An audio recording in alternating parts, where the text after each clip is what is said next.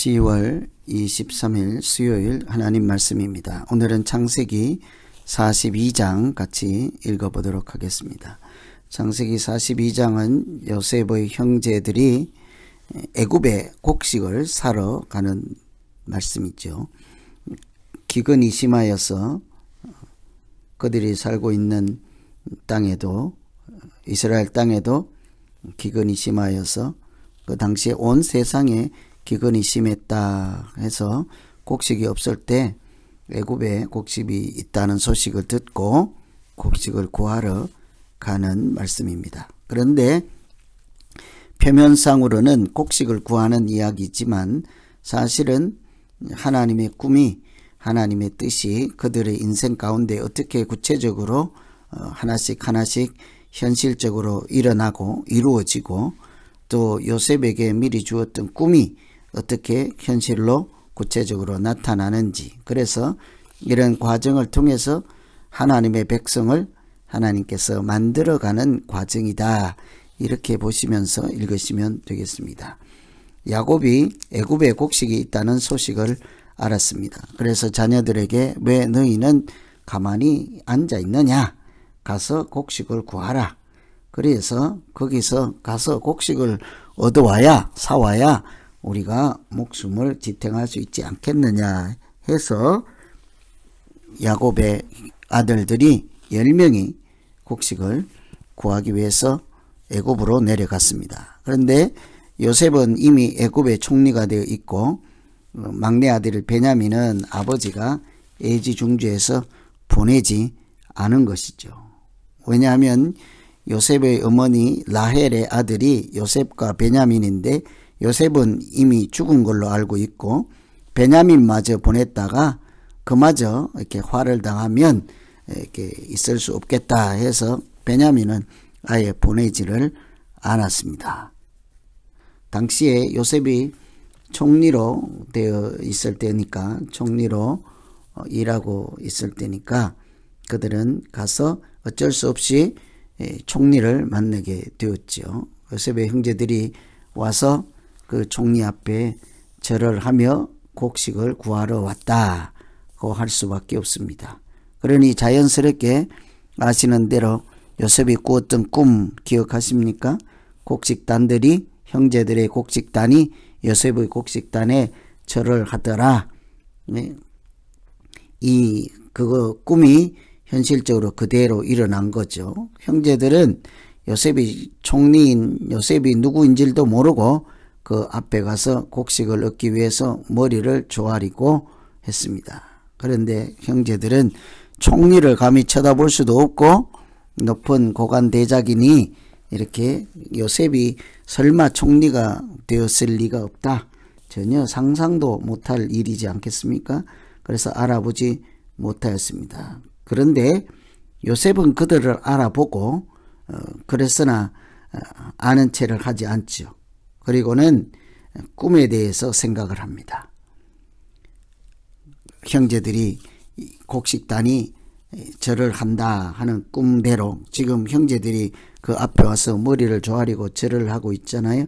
그러니까 꿈을 생각하고, 그래서 느닷없이 자기 정체를 밝히는 게 아니라 너희는 정탐꾼이구나, 스파이라는 거죠. 스파이로 몰아세웠습니다. 왜 그랬을까요? 반가운 형제들이었다면 기쁨으로 내가 총리가 되었으니 여러분 걱정 말라, 이렇게 말할 수도 있겠고, 또는 원수로 알고 보복을 하고자 했으면 저놈들 어떻게 혼쭐을 내라 하고, 내가 너희가 나를 괴롭히고 종으로 팔지 아니하였느냐, 원수를 갚든지 할 수는 있는데 자기 정체를 밝히지도 않고 스파이로 몰아세웠습니다. 그러자 그 형제들이 네 주여 아닙니다, 당신의 종들은 곡물을 사러 왔을 뿐입니다, 우린 스파이가 아니요. 그러나 요셉은 또다시 당신들은 스파이다. 그때 그 형제들이 하는 말이 13절입니다. 우리는 원래 12형제였습니다. 가나안 땅에 사는 한 아버지의 아들이요, 막내 아들은 지금 집에 있고 또 하나 아들은 사라졌습니다. 없어졌나이다. 그 막내 하나 아들 없어졌습니다 하는 아들이 누구입니까? 자기들 앞에 있는 요셉이잖아요. 없어진 게 아니라 자기들이 죽이려고 하고 종으로 팔아서 기구한 인생을 살게 했던 요셉에 대해서 없어졌다. 거짓말이죠. 정직한 표현이 아니죠. 그래서 만일 너희가 정탐꾼이 아니라면 진실을 입증하라. 정말 집에 가면 막내가 있는지 그 아우를 데려오라. 그리 아니하면 너희들은 스파이가 틀림없다. 그리고는 아우를 데려오게 너희는 한 명이 가서 아우를 데려오고 나머지는 다 감옥에 가둬라. 이렇게 한 거죠. 먼 길을 곡식을 가지고 한 명이 혼자 살아서 갈 수 있겠습니까? 그래서 나중에 3일 뒤에는 반대로 한 명을 가두고 여러 사람이 곡식을 가지고 가서 베냐민을 데리고 오게 했지요. 이런 과정, 왜 요셉은 형제들에게 마치 이렇게 무슨 수사를 하듯 아니면 뭔가를 이렇게 시험을 하듯 왜 그들로 하여금 이제 한 명이 가라 했다가 다 가라 했다가 다 가두었다가 한 명만 가두었다가 이런 일을 되풀이 할까요? 그들이 마음을 깨워서 요셉 한 명을, 여러 사람이 요셉 한 명을 괴롭히고 종으로 팔았을 때에 그때 심정, 그때 상황, 그때의 그들의 감정, 이런 것을 다시 되돌아보게 하고 살펴보게 하는 거죠. 자기를 살펴보게 함으로 그들이 요셉에게 했던 것이 정말 없어졌다라고 그냥 치부하고 말 일인지, 그렇지 않으면 우리가 한 사람을 죽여서 이 고통을 당한다, 우리가 죄인이다, 자기를 돌아보고 회개할 수 있는 기회를 만들어서 결국은 하나님의 자녀로 살아갈 수 있도록 길을 열어주는 것이라 할 수 있죠. 그래서 18절에 보면 사흘 만에 요셉이 그들에게 이르되 나는 하나님을 경외하노니 너희는 이같이 하여 생명을 보존하라. 한 사람만 옥에 갇히고 나머지는 곡식을 가지고 가라는 거죠. 나는 하나님을 경외하는 사람이라 무고한 그런 생명을 해치 않는다. 한 명만 가두고 다 같이 가서 곡식을 가지고 가고 베냐민을 데리고 오라. 나는 여호와를 경외하는 사람이다. 무슨 얘기겠어요? 이 요셉의 형제들도 사실은 하나님을 섬기는 사람들이지 않습니까? 하나님을 섬기는 사람들이 어떠해야 되는지를 알게 하는 말씀일 뿐만 아니라 자기가 하나님을 경외하는 사람이라, 이것은 그 요셉의 형제들로 하여금 하나님을 경외하는 사람으로 다시 거듭나야 하느니라, 이런 기회를, 힌트를 자꾸 주는 요셉이 그들을 구원의 길로 인도해가는 과정이라 할 수 있는 거예요. 그래서 아우를 한 명 마저 베냐민을 데리고 오면 너희는 진실함이 입증이 되고 죽지 않을 것이라. 그래서 마침내 그들이 마음에 돌이킴이 있지요. 21절에 아우의 일로 말미암아 범죄하였도다. 이제서야 한 명 없어졌다 하지 않고 우리가 그때 한 명이었던 요셉을 죽게 하고 죽이려고 하고 종으로 팔고 그렇게 아버지에게 가서는 죽었다고 거짓말한 것, 우리가 그때 범죄하였구나, 우리가 그때 잘못하였구나, 그 아들의 요셉의 괴로움을 보고도 듣지도 않고 아는 채 하였으니 그 고통이 이제서 우리에게 되돌아오는구나, 이런 얘기를 하는 거죠. 그때 르우벤이 대답해서 말하기를 죄를 짓지 말라 하지 아니하였느냐, 그렇지만 너희가 듣지 아니하였다, 그 핏값을 우리가 이제 치르게 되었구나. 요셉이 사실은 이런 얘기를 다 알아듣지요. 그러나 아는 채 하지 아니하고 홀로